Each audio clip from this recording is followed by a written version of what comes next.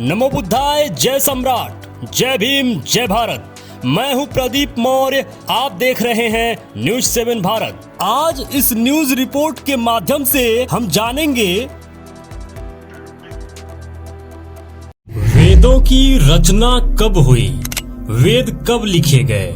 जो वैदिक युग का घालमेल फैलाया है, इस न्यूज रिपोर्ट के माध्यम से हम प्रूफ करने का कोशिश करेंगे सबूतों के आधार पे कि वैदिक युग कब था, वेद लिखे कब गए। जबकि सोर्स कहते हैं कि वेद 8वीं शताब्दी से लेकर 12वीं शताब्दी के बीच तक लिखे गए हैं। इस वीडियो को अंत तक पूरा देखिएगा, जिससे आप समझ पाएंगे कि एक्चुअल में वेदों की रचना है और किस प्रकार इस मकड़ जाल को बुना है, जिसे आज लोग समझ नहीं पाते हैं। राजपूत मुगल गठजोड़ काल में वेदों को लिखकर और उसको कैसे प्रचारित किया गया कि सृष्टि के बनने से पहले ही वेद लिखे जा चुके थे। इस प्रकार की गपोड़ लीला कैसे गढ़ी गई, इस न्यूज रिपोर्ट के माध्यम से आप समझ पाएंगे। वेद के अर्थ का घालमेल। वेद सम्यक काल की भाषा पाली से निकला हुआ एक शब्द है, जिसका अर्थ अनुभव होता है। सम्यक काल में वेद शब्द का प्रयोग विशेषण के तौर पर पाली भाषा में किया जाता था।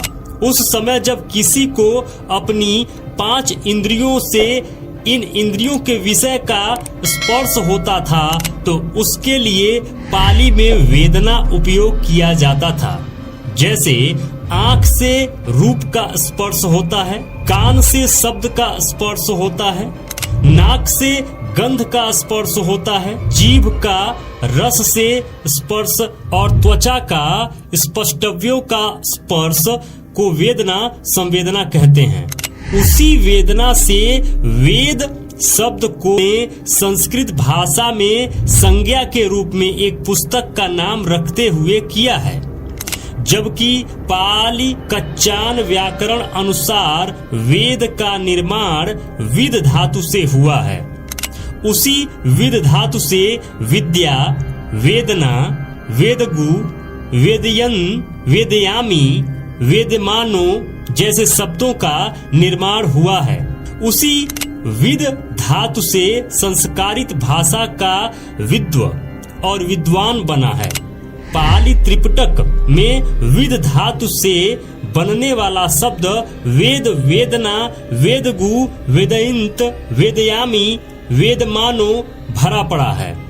आज कोई भी व्यक्ति मूल पाली त्रिपिटक को देख सकता है। वैसे त्रिपिटक से कुछ उदाहरण को आप सबों के बीच रख रहा हूँ। सम्यक काल में जितने भी बुद्ध हुए थे, जैसे आपको पता है कि मैं इससे पहले भी एक न्यूज रिपोर्ट बना चुका हूँ, जिसमें 28 बुद्धों के बारे में बताया गया है। उन सबों का ज्ञान स्वयं की वेदना, स्वयं की अनुभूति के बल पर ही प्राप्त हुआ है। उसी वेदना से विद्या बना है, जिस विद्या का अर्थ अपनी अनुभूति द्वारा किसी विषय पर जब ज्ञान प्राप्त होता है, तो वैसा ज्ञान को विद्या वाला ज्ञान कहा जाता है।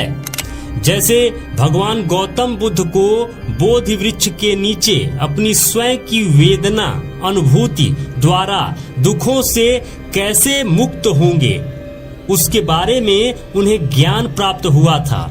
लेकिन वहीं पर जब कोई किसी पुस्तक को पढ़कर या किसी से सुनकर जो ज्ञान प्राप्त करता है, उसे शिक्षा, पाली भाषा में शिक्षा कहते हैं। उसे अनुभव वाला ज्ञान नहीं कहते हैं। उसे पूर्व काल से चले आ रहे वेदना संवेदना वाले अनुभव की जगह पर राजपूत मुगल गठजोड़ वाले काल में एक कहानी युक्त पुस्तक वेद का लेखन कर दिया है और उस पूर्व के पाली वाली वेदना संवेदना का भावार्थ ही आज की संस्कृत भाषा में दुख से कर दिया है। जबकि पाली में वेदना का अर्थ स्वयं की अनुभूति से होता है और आज की भाषा जो कि संस्कृत और हिंदी में वेदना का अर्थ दुख कर दिया गया। आखिर ऐसा क्यों है? पूर्व के भारत में संप्रदाय विहीन सभ्यता, संस्कृति और शांतचित्त सामान्य बहुसंख्यक वर्ग के जनजीवन में इस प्रकार के दार्शनिक मान्यता वाले सांप्रदायिक लेप को पैदा करने वाला आखिर कौन पैदा हो गया और किसने किया? आखिर उस सभ्यता को नष्ट करना किसके लिए अनिवार्य था और किसने उस सभ्यता को नष्ट किया? जब यह संपूर्ण इतिहास को आप सही ढंग से समझेंगे और जानेंगे तब आपको समझ में आएगा कि इन पुस्तकों की रचना और किस काल में की और किस तरीके से 8वीं से लेकर 12वीं शताब्दी के बीच लिखी गई इन पुस्तकों को प्राचीन पुस्तक कैसे घोषित कर दिया। आखिर उनका निजी या सामाजिक स्वार्थ क्या था? वस्तुतः भारत में हजारों वर्ष पूर्व काल से चली आ रही सार्वजनिक कुदरती गुण स्वभाव के साथ साथ सभी मनुष्यों को धारण करने वाली शील समाधि प्रज्ञा वाली धर्म संस्कृति में किसी व्यक्ति विशेष या समूह विशेष को पीढ़ी दर पीढ़ी आर्थिक लाभ या सामाजिक ऊंच नीच वाले लाभ, मान सम्मान का लाभ कभी प्राप्त नहीं होता था। इसी आर्थिक और सामाजिक मान सम्मान को प्राप्त करने हेतु भारत में 8वीं शताब्दी से लेकर 12वीं शताब्दी के बीच कुछ ज्यादा ही चतुर दार्शनिक मान्यताओं वाले लोगों का जन्म हुआ है, जिनमें मुख्य रूप से 2 दार्शनिक मान्यताएं शैव संप्रदाय और वैष्णव संप्रदाय महत्वपूर्ण रूप से हैं। यह संप्रदाय 8वीं से लेके 12वीं शताब्दी के बीच में जन्मी या जन्माई गई या उत्पन्न हुई। इनके संस्थापक का नाम क्रमशः आदि शंकर और रामानुज है। इनके अलावा भी कई संप्रदाय को स्थापित करने वाले लोग हैं, जिनमें मुख्य रूप से तंत्र मंत्र सिद्धि साधना में अपनी महारत हासिल करने वाले लोग थे, जिन्होंने अपने शाक्त संप्रदाय को स्थापित किया था। उनमें देवी शक्ति की आराधना करने का प्रावधान है, लेकिन भारत के राजपूत मुगल गठजोड़ समय में इन संप्रदायवादियों के अंदर नए नए अनुयायियों की संख्या सने सने बढ़ती चली गई, जिसके नाम हैं गौड़ीय संप्रदाय, रामानंदी संप्रदाय, रामानुज संप्रदाय, कबीर संप्रदाय, तुलसी संप्रदाय, वल्लभी संप्रदाय, निम्बार्क संप्रदाय, रामस्नेही संप्रदाय, दादू दयाल संप्रदाय, जसनाथी संप्रदाय, आर्य समाज संप्रदाय, गायत्री संप्रदाय, साई संप्रदाय जैसे अन्य कई संप्रदाय बने और आज भी बनते जा रहे हैं। इन सबों में परस्पर अपने दर्शन से संबंधित एक दूसरे से कभी मित्रता नहीं रही है।